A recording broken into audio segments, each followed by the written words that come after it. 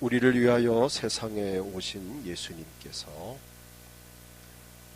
인류의 죄와 허물을 구원하시기 위해서 십자가에 못 박혀 죽으셨다가 사흘 만에 다시 살아나셨습니다. 이것을 기독교 용어로 부활이라고 합니다. 부활하신 예수님께서 하늘에 오르시기 전에 11차례나 제자들과 그 외의 많은 사람들에게 나타나셨습니다. 오늘 읽은 이 본문의 내용도 부활하신 예수님께서 제자들에게 나타나신 그 장면 중에 하나입니다. 제자들이 유대인들이 두려워서 문을 닫고 한 장소에 숨어 있었습니다. 자, 그 가운데에 우리 주님이 나타나셔서 제일 첫 번째 하신 말씀이 너희에게 평강이 있을지어다 이렇게 말씀하십니다. 그리고 나서 두 번째 하신 말씀이 오늘 본문 22절에 이 말씀을 하시고 그들 향하여 숨을 내쉬며 이르시되 성령을 받으라. 성령을 받으라. 왜 성령을 받으라 하셨을까? 오늘 성령 강림절을 맞이하면서 그 이유에 대하여 말씀을 드리면서 복을 받기 원합니다. 예수님께서 왜 성령을 받으라 하셨을까? 분명한 이유가 있습니다. 자, 성령님의 사역을 보면은 첫째는 우리의 믿음을 도와주십니다. 예수님을 영접하여 구세주로 믿도록 도와주시는 그 역할을 성령님이 하십니다. 성령님의 도우심이 아니면 예수님을 구세주로 영접할 수가 없습니다.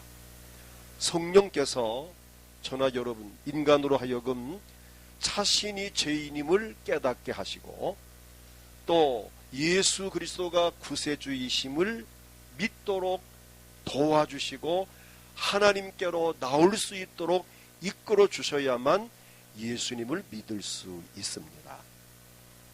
자, 성경 고린도전서 12장 3절 보면은 이 부분을 정확하게 말씀하셨습니다. 그러므로 내가 너희에게 알리노니 하나님의 영으로 말하는 자는 누구든지 예수를 저주할 자라 하지 아니하고, 이제 그 다음 중요한 부분입니다. 또 성령으로 아니하고는 누구든지 예수를 주시라 할 수 없느니라. 성령님이 도와주지 않으면 예수님을 주님으로 믿을 수 없다는 것입니다. 오늘 많은 사람들이 아직 예수 믿지 않고 있는 저 많은 그 사람들의 이유는 성령께서 그들 마음속에 예수님이 구세주인 것을 알려주지 않았기 때문입니다. 자기가 죄인인 것도 모르고 죄값은 사망인 것도 모르고 그 죄를 사함받는 길이 오직 예수 믿는 길인데 그거를 모르고 있기 때문에 아직 저들이 믿지 않고 있는 것입니다. 그러나 다행스럽고 감사한 것은 저나 여러분들에게는 하나님이 은혜를 주셔서 우리가 죄인임을 깨닫게 하셨고 이 죄를 예수님만이 해결할 수 있고 내가 예수를 믿으면 죄사함 받고 구원 받을 수 있다는 것을 믿을 수 있는 믿음을 주셨고 예수님이 구세주로 믿어지게 하신 것, 이것이 하나님의 은혜입니다. 바로 그 역할을 성령님이 하신다는 겁니다. 그 다음에는 구원받은 성도의 믿음을 이렇게 자라나게 하십니다. 믿음을 도와주십니다. 첫째는 예수를 믿을 수 있도록 깨달음과 주께로 인도하는 믿음을, 예수를 구주로 믿을 수 있도록 도와주고, 그 다음에는 그 믿음이 더 강해지도록 우리의 믿음을 계속 충만케 하는 역할을 바로 성령님이 하십니다. 예수를 구세주로 믿어서 구원은 받았지만 아직 믿음이 성장하지 못한 경우에 성령님이 믿음의 은사를 주셔서 하나님의 능력을 믿게 하십니다. 좋은 예로서 오늘 본문 19절을 보면은 예수님의 제자들이 예수님을 십자가에 못 박은 그 유대인들이 자기들도 죽일까봐 겁이 나서 이 겁쟁이가 되어서 한 장소에 숨어서 지금 있는 것입니다. 얼마나 비겁합니까? 예수님을 십자가에 못 박은 그들을 향해서 왜 예수를 죽였느냐고 항의를 할 만도 한데 오히려 숨어서 지금 있다는 것. 자기들도 혹시 또 십자가에 매달릴까봐 두려워서 숨어있는 그들에게 그 현장에 오늘 부활하신 예수님이 오셨고 성령을 받으라고 권고를 합니다. 성령을 받으라. 너희들이 성령을 받지 못했기 때문에 이렇게 겁이 많아서 숨어있는 거 아니냐. 성령을 받으라. 그리고 주님은 떠나셨습니다. 그들이 그 말에 충격을 받고 오순절날 마가의 집 다락방에 모여서 성령 받기를 기도할 때에 오순절날 각 사람에게 성령이 임하셔서 성령 충만함을 받았습니다. 바로 그날을 기념하는 날이 오늘 성령 강림절입니다. 그래서 그들이 성령을 받은 후로부터는 그들 삶 속에 놀라운 변화가 일어났습니다. 성령 받은 제자들은 이제 비겁하여 숨는 차원이 아니라 목숨을 걸고 나가서 부활하신 예수님을 전할 정도로 담대하게 되어졌습니다. 그 비결은 뭘까요? 성령께서 그들에게 담대한 믿음을 은사로 주셨기 때문입니다. 그래서 고린도전서 12장 9절을 보면은 다른 사람에게는 같은 성령으로 믿음을, 어떤 사람에게는 한 성령으로 병 고친 은사를, 여기에 보면은 성령께서 은사로 믿음을 은사로 주신다는 겁니다. 원래 이 믿음은 하나님의 것인데 성령께서 각 사람들에게 은사로 나눠주는 것입니다. 은사라는 말은 카리스란 이 원문의 의미는 선물이란 뜻입니다. 원래 믿음은 하나님의 것인데 이 하나님의 것을 각 사람들에게 선물로 주어서 선물을 받은 사람만 소유하고 있는 거죠. 그래서 에베소 2장 8절 보면은 이렇게 말씀합니다. 함께 읽겠습니다. 너희는 그 은혜에 의하여 믿음으로 말미암아 구원을 받았으니 이것은 너희에게서 난 것이 아니요 하나님의 선물이라. 우리가 하나님의 선물로 믿음을 선물로 받아서 믿음으로 구원받고 복을 받았다는 것입니다. 이처럼 믿음은 하나님의 것인데 성령께서 우리에게 선물로, 즉 은사로 주시는 것입니다. 이런 이유에서 성령을 받으라고 예수님께서 말씀하신 것입니다. 그 다음 두 번째 이유는 우리를 거듭나게 하시기 때문입니다. 거듭난다는 말은 타신한다, 변화된다는 뜻입니다. 고린도 후서 5장 17절을 보게 되면 그런즉 누구든지 그리스도 안에 있으면 새로운 피조물이라. 다시 지음받는다. 이전 것은 지나갔으니 보라 새 것이 되었도다. 과연 어떻게 새로운 피조물, 즉 새 사람이 될 수 있을까요? 성령께서 변화를 주실 때만 가능합니다.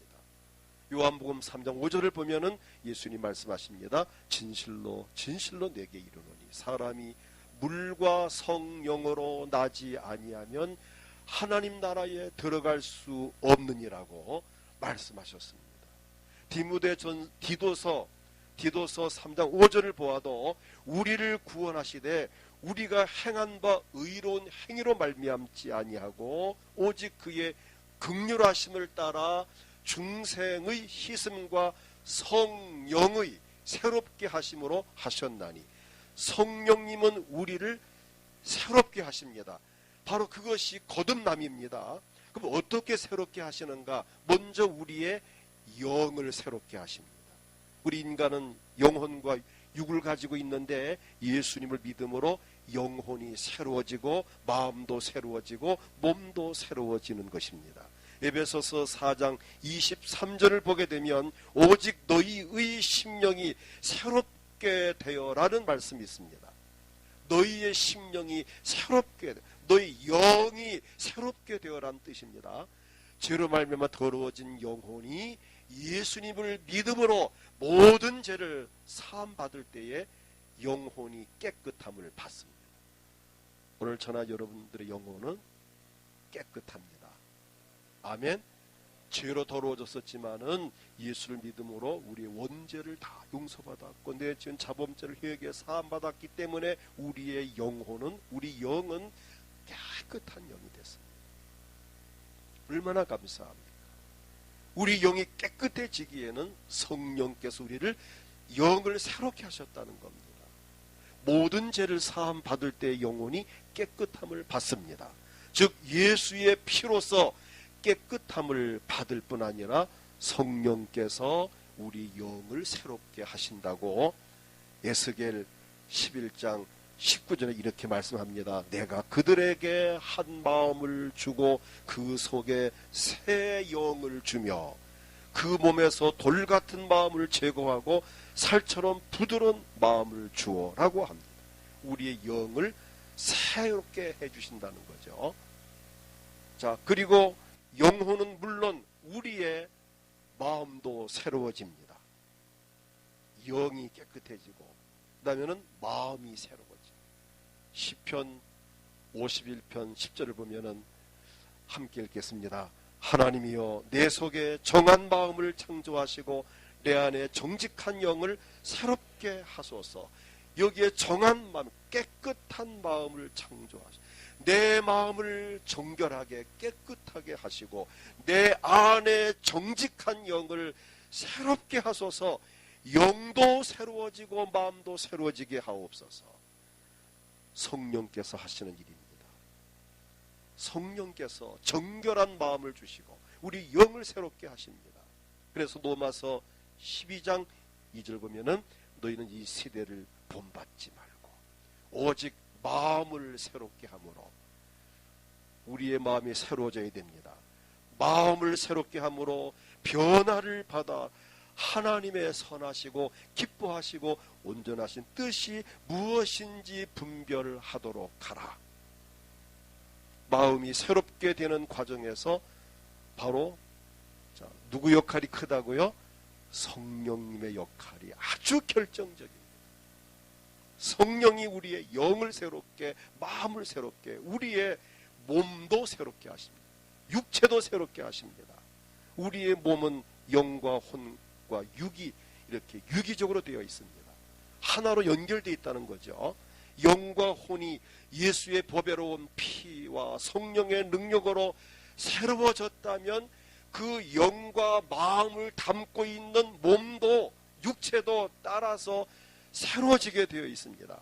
왜냐하면 영혼 육이 유기적이기 때문입니다. 물론 육이 새로워지고 거듭나게 되어 삶이 거룩하여짐으로 말미암아 술, 담배를 끊을 수 있고 언어가 순화되어서 욕하던 입술이 그 욕이 좀 줄어들 수 있고, 안 할 수는 없겠죠. 욕이 좀 줄어들어야 돼요. 거친 입술이 좀 줄어들고 급한 성격이 좀 누그러져야 되고, 그냥 막 계속 부어라 마시다 정신 마시던 그 술이 점점 양이 줄어야 되고, 나중에 한 잔으로 딱 준다. 나중에 한 얼마 가서는 딱 끊어져야 되고, 담배도 줄담배 피우던 그 사람이 그저 하루에 뭐 한 갑으로 나중에는 또 하루에 한 가치 정도로 나중에는 그것마저 딱 끊어지는 이 몸이 새로워져야 돼요. 그럴 때에 성령이 우리 안에서 기뻐하십니다. 우리 몸은 성령이 거하시는 거룩한 집 성전인데, 이 거룩한 성전에다가 술을 자꾸 부어 넣고 니코틴을 계속 뿜어댄다면 이 몸이 더러워 성령님은 힘들어합니다.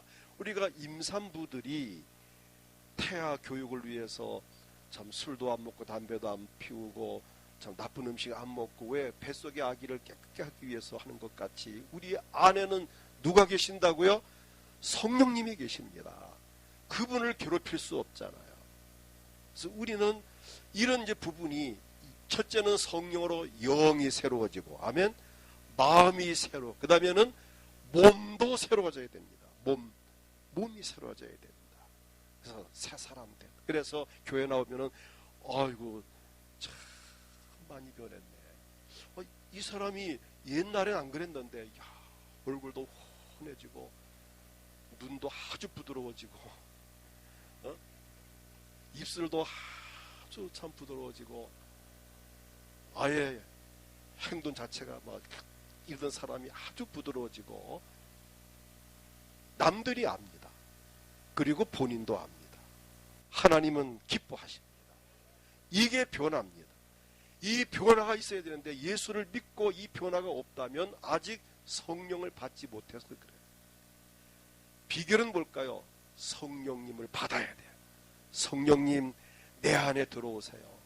내 인격을 사로잡아 주시고 내 언어를 순환시켜 주시고 내가 먹는 것도 절제할 수 있고 보는 눈도 정결하게 하시고 내가 앉고 서는 것을 분별할 수 있게 하시고 내가 갈 때 안 갈 때를 분별할 줄 알게 하시고 할 말 안 할 말을 분별해서 할 수 있게 하시고 내가 만날 사람 안 만날 사람도 구별해 만날 수 있게 하시고 내가 해야 할 일과 하지 않아야 할 일을 하나님 깨닫게 해주시고 나를 고토를 해주세요. 이 성령의 도움을 구해야 됩니다. 그래서 에스겔 36장 26절에 보면은 또 새 영을 너희 속에 두고 성령을 너희 속에 두고 새 마음을 너희에게 주되 마음도 새로워져야 되고 너희 육신에서 굳은 마음을 제거하고 육신에서 굳은 마음, 강팍한 마음, 아주 그 고약한 마음이 부드러워져서 순한 양, 싸나운 사냥개 같았던 그 사람이 아주 순한 양이 되는 톡톡 쏘던 사람이 순한 양이 되는 이게 이제 성령으로 인한 변화입니다. 굳은 마음을 제거하고 부드러운 마음을 줄 것이며 분명히 부드러운 마음이 있습니다. 날카로운 마음, 더러운 마음, 성질 급한 여러 가지 이런 다혈질적인 마음, 각가지 마음이 있는데 그 중에 하나가 부드러운 마음인데 이 부드러운 마음을 누가 주느냐? 성령님이 주신다는 거. 이 은혜가 임하기를 축복합니다. 그래서 변화되면 본인이 행복합니다. 내가 이렇게 변하다. 내가 이렇게 자기도 놀라. 내가 옛날 내가 아니네. 자, 이 변화가 와야 돼요. 자기도 알아야 돼. 남도 알아야 되고 하나님도 기뻐하셔야 되는 영혼 유기적인데 이게 함께 변한다는 겁니다. 성령이 오시면 심지어는 환경까지 변합니다.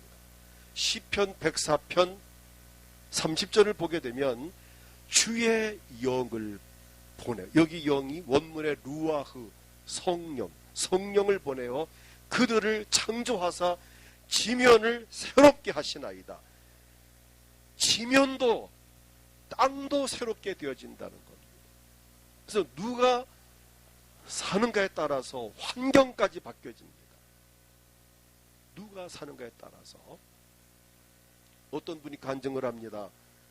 집이 늘 코택만 털 늘어놓고 문 닫고 우울하게 늘 있었던 사람인데 예수 믿고 성령 받고 나서 코택도 제치고 창문도 열어놓고 늘 찬송 기도하니까 전에는 이 집에 막 곰팡이가 껴가지고 기침이나고 힘들었는데 예수 믿고 영이 새로워지고 마음이 새로워지고 몸이 새로워지니까 곰팡이도 싹 없어지더라는 거예요. 할렐루야. 환경도 변화. 환경도 그 사람 사는 이 방 구조도가 바뀌고 환경이 바뀌고 주변이 바뀐다는 거죠. 지면까지 바뀌어지는 바로 이 역할을 누가 하신다고요? 성령님이 하신다는 거예요. 성령이 역사하시면 영혼과 육은 물론이고 지면까지 환경까지도 새로운 변화가 일어난다는 것입니다. 오늘 성령 강림절을 맞이하면서 오늘 저나 여러분 모두가 정말 성령 충만함을 힘입어서 영혼 육과 함께 환경까지 변화되기를 축복합니다. 그 다음 세 번째는 성령님은 우리를 도와주십니다. 우리를 도와주라고 성령을 보내셨습니다. 하나님께서 얼마나 사랑이 많으신지 우리를 위하여 독생자를 보내셨습니다. 우리를 죄에서 구원하시고 저주를 끝내주시며 우리에게 복을 주시려고 독생자이신 예수 그리스도를 보내주셔서 예수님은 십자가에 피 흘려 죽으심으로 우리 죄를 사하여 주셨습니다. 그래서 아까 찬양대의 찬양이 그거잖아요. 우리를 위해서 십자가에 죽으신 예수, 나를 구원하신 그 주님을, 그의 구속하심을 찬양하는 우리가 이 은혜를 받았습니다. 예수님께서 흘리신 십자가의 보혈로 구원받은 저나 여러분을 하나님은 이제 지켜주시고 보호하시기 위해서 보혜사 성령님을 보내셨다는 것입니다. 구원받은 성도를 도와주라고, 구원받은 성도를 지켜주라고, 어려움 당하지 않게 해달라고, 그를 붙잡아주라고 우리에게 하나님께서 성령을 보내셨습니다. 요한복음 16장 7절을 보면은 같이 읽겠습니다. 그러나 내가 너희에게 실상을 말하노니 내가 떠나가는 것이 너희에게 유익이라. 내가 떠나가지 아니하면 보혜사가 너희에게로 오시지 아니할 것이요 가면 내가 그를 너희에게 보내리니. 여기에 보혜사가 바로 성령님이십니다. 성령님을 너희에게 이제 보내실 것이다. 예수님은 십자가에 죽으심으로 우리의 죄 문제를 해결하시고 떠나가시지만 이제 임무교대, 예수님은 죄 문제 해결하고 마귀의 일을 멸하고 사망 권세를 깨뜨리고 죽은 자 가운데 부활하셔서, 죄송합니다. 보림이 좀 한번 손을 좀 봐주세요. 뭔가 지금 성령님은 우리에게 임무교대로 오셨습니다. 임무교대로. 예수님은 죄 문제를 해결하시고 사망을 깨뜨리시고 마귀의 그 권세를 이기시고 이제 올라가시면서 누구를 보내셨습니까? 성령님을 보내셔서 성령님으로 하여금 예수님께서 구원해 놓은, 구속해 놓은, 거듭나게 한 그 성도들을 지켜주고 도와주라고 성령님을 보내셨습니다. 예수님 육체로 계실 때에는 예수님은 이스라엘 나라에만 계셨어요. 사마리아와 유대와 갈릴리, 팔레스틴 고 지역 안에서 주님은 사역을 하셨습니다. 뭐 옆에 나라도 가지도 않았어요. 사역하셨어요. 그러다가 33년 인생을 마치고 그는 하늘로 올라가셨습니다.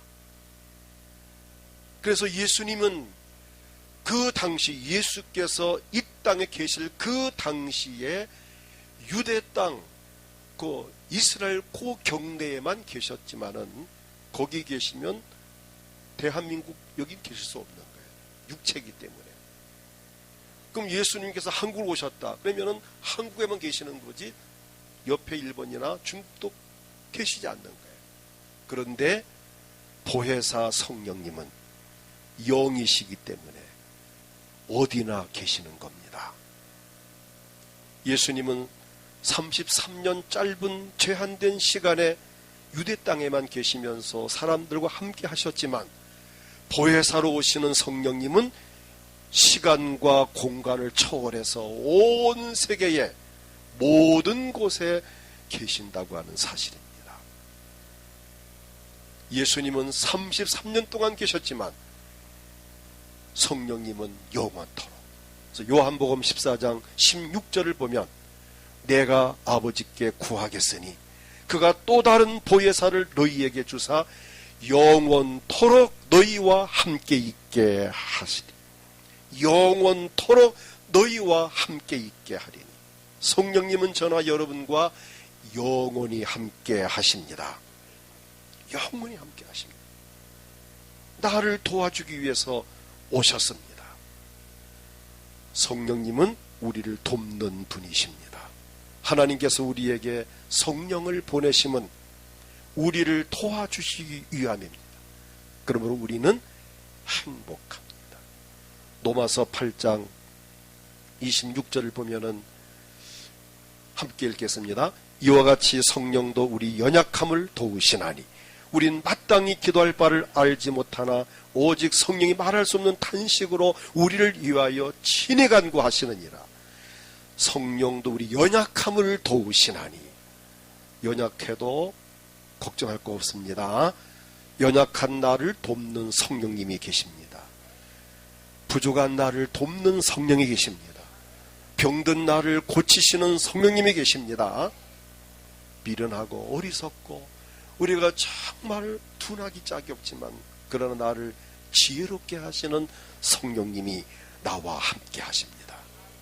로마서 8장 17절을 보면은 마음을 살피시는 이가 성령의 생각을 아시나니 이는 성령이 하나님의 뜻대로 성도를 위하여 간구하심이니라.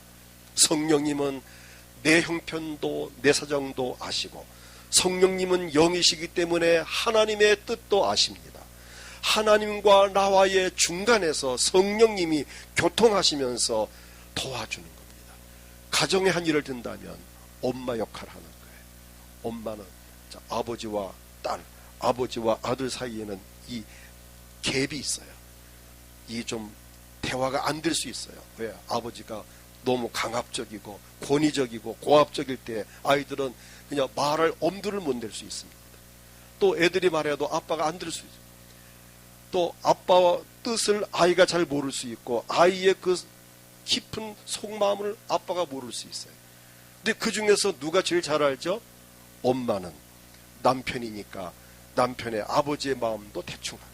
내가 낳은 아이니까 자식의 마음 대충 알아서 이때 엄마가 아빠와 아들, 아빠와 딸 사이에서 엄마가 정말 이 중요한 역할을 잘 함으로 인해서 이렇게 하나가 될 수 있게 하는 그 역할을 엄마가 하는 거예요. 하나님의 깊으신 뜻을 성령님이 잘 아십니다. 내 형편과 처지를 성령님이 잘 아십니다.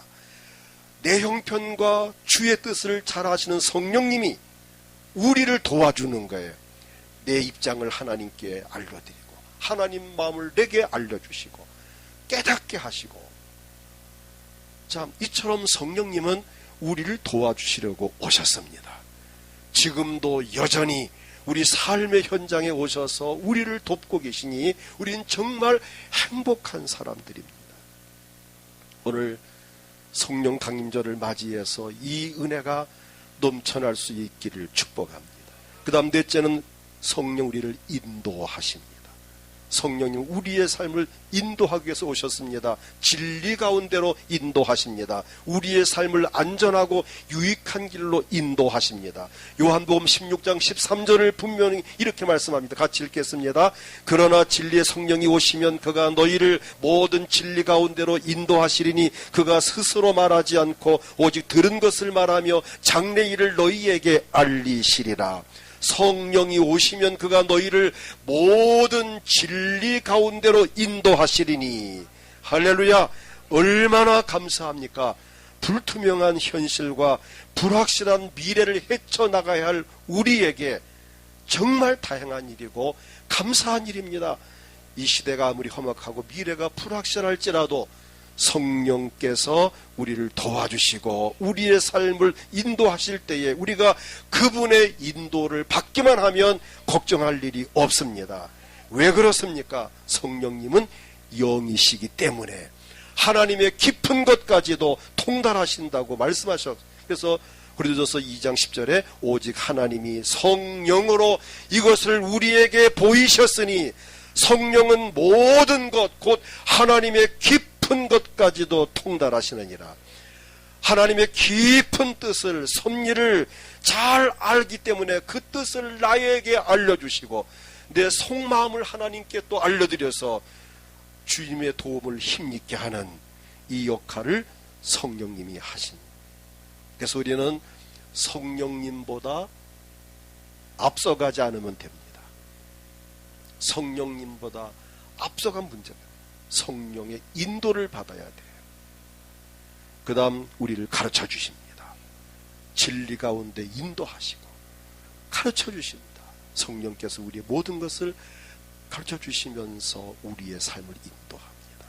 요한복음 14장 26절 보면 보혜사 곧 아버지께서 내 이름으로 보내실 성령 그가 너희에게 모든 것을 가르치고, 모든 것 속에는 여러분 포함되지 않은 것이 없습니다.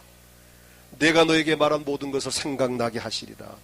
예수님 말씀하신 모든 것 중에 여러분의 그 문제 해결 다 포함되어 있습니다. 내 삶의 현장에 관련된 모든 것이 다 포함되어 있는 거예요. 그러므로 기도하면서 성령님의 가르침을 받으십시오. 성령님의 가르침과 인도를 받는다면 세상 부러울 것 없습니다. 가르침과 인도를 받으십시오.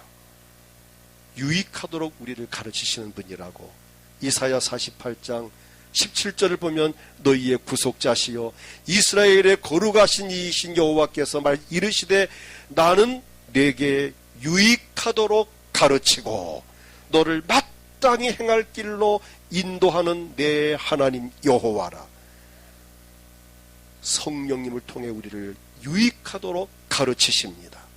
그래서 우리는 성령님의 어드바이스를 받으면 되는 겁니다.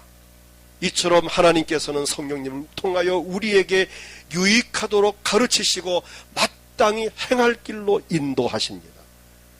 다시 말하지만 성령님보다 앞서지만 않으면 됩니다. 기도보다 앞서지 않으면 됩니다. 말씀보다 앞서지 않으면 됩니다. 오직 성령의 가르침과 인도를 받으십시오. 성령님의 어드바이스를 받으면 반드시 성공합니다.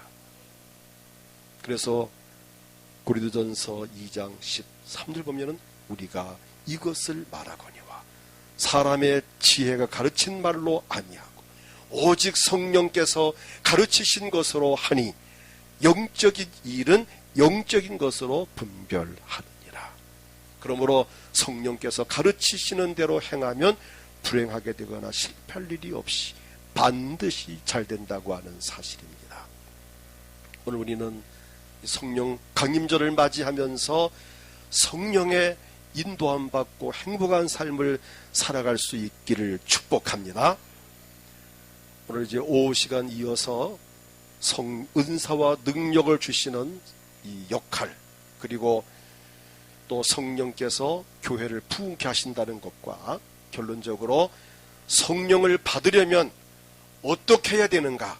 성령을 인정해야 되고 우리의 죄를 회개해야 되고 기도해야 되고 오늘같이 말씀을 들을 때 성령이 임하시고 안수할 때 성령이 임하시고, 자, 그 방법이 있습니다.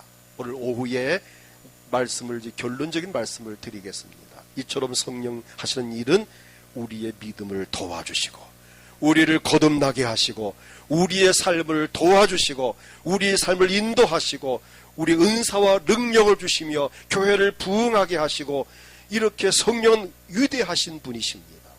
그 성령님과 함께 행복한 신앙생활을 하면서 복을 받기를 주의 이름으로 축복합니다.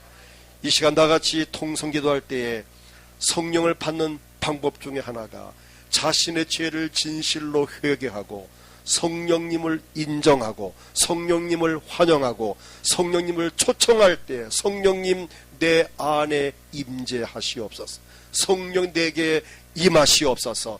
인격적으로 초청을 할 때 성령은 여러분에게 임재하십니다. 그분이 임재하시면 바로 우리의 믿음을 도와주시고 거듭나게 하시고 우리의 삶을 도와주시고 은사 능력 주시며 우리를 이끌어 가시는데, 주여 내게 성령 충만함을 부어 주옵소서.